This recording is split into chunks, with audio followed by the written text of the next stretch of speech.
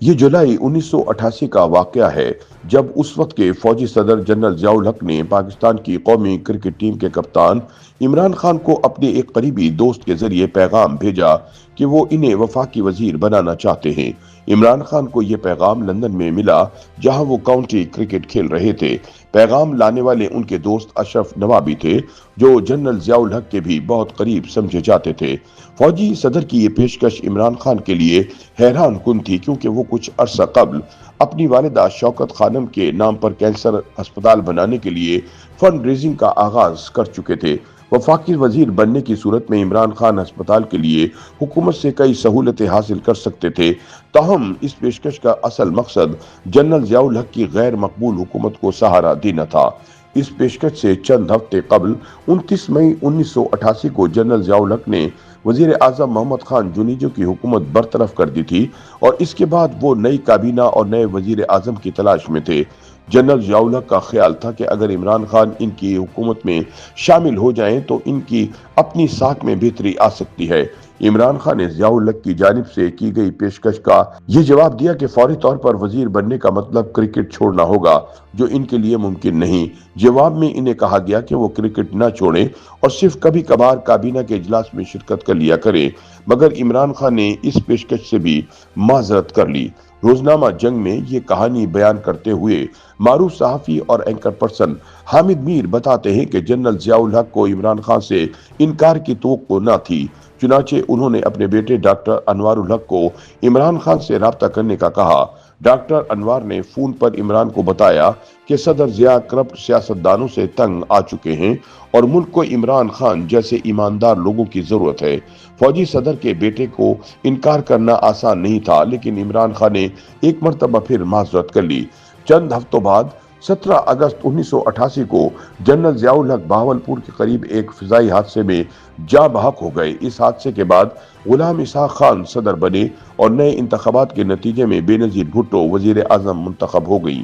سیاسی تجزیہ کاروں کے مطابق اگر عمران خان جولائی 1988 میں وفاقی وزیر بننے پر آمادہ ہو جاتے تو نہ شوکت خانم کینسر ہسپتال بنتا اور نہ ہی تحریک انصاف وجود میں آتی۔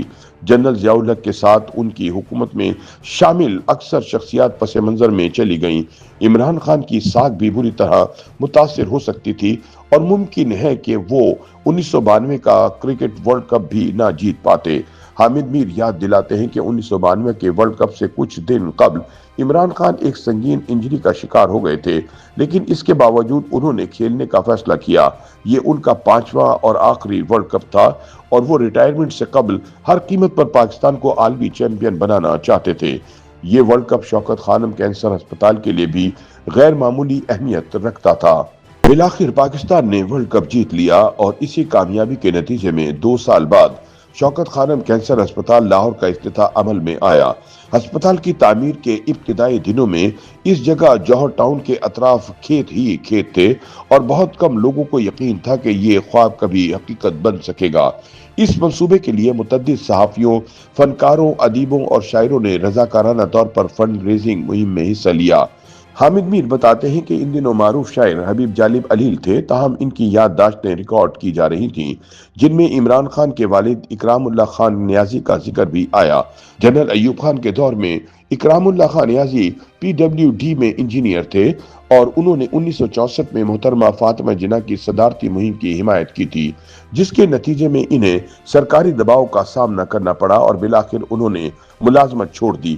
اکرام اللہ خان نیازی کو انجینئرنگ کے وسیع تجربے کی بنیاد پر شوکت خانم کینسر ہسپتال لاہور کی تعمیر کا نگران مقرر کیا گیا۔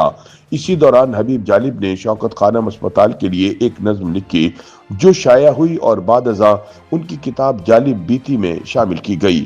1993 میں کتاب کی اشاعت کے کچھ ہی عرصے بعد حبیب جالب کا انتقال ہو گیا، لیکن 29 دسمبر 1994 کو شوکت خانم کینسر ہسپتال لاہور کا افتتاح ہو گیا۔ حامد میر بتاتے ہیں کہ بعد ازاں پشاور میں بھی شوکت خانم کینسر ہسپتال قائم کیا گیا اور اب کراچی میں تیسرا شوکت خانم کینسر ہسپتال زیر تعمیر ہے، جس کی تکمیل دسمبر 2026 تک متوقع ہے۔ اس منصوبے کے لیے خطیر رقم درکار ہے، جبکہ موجودہ حالات میں عمران خان براہ راست فنڈ ریزنگ مہم کا حصہ نہیں بن پا رہے۔ ہسپتال کی انتظامیہ اور ذمہ داران ان تمام مشکلات کے باوجود دن رات اس منصوبے کو بر وقت مکمل کرنے کے لیے کوشاں ہیں۔ یہ منصوبہ سیاست سے بالاتر ہو کر انسانی خدمت کی ایک مثال ہے۔ شوکت خانم کینسر ہسپتال کی تعمیر میں عوامی تعاون ماضی میں بھی کلیدی رہا ہے اور آئندہ بھی یہی تعاون اس خواب کو حقیقت میں بدلنے کا واحد راستہ ہے۔ YouTube پر گوگلی نیوز دیکھنے کے لیے youtube.com کی سرچ بار میں googly news T V type کریں۔ گوگلی نیوز کے پیج پر سرخ رنگ کے سبسکرپشن والے بٹن پر کلک کرنا نہ بھولیے۔ YouTube پیج پر اپلوڈ ہونے والی ویڈیوز سے باخبر رہنے کے لیے بیل آئیکن پر کلک کیجیے۔ آپ کو ہر نئی ویڈیو کے بارے میں نوٹیفیکیشن موصول ہو جائے گا۔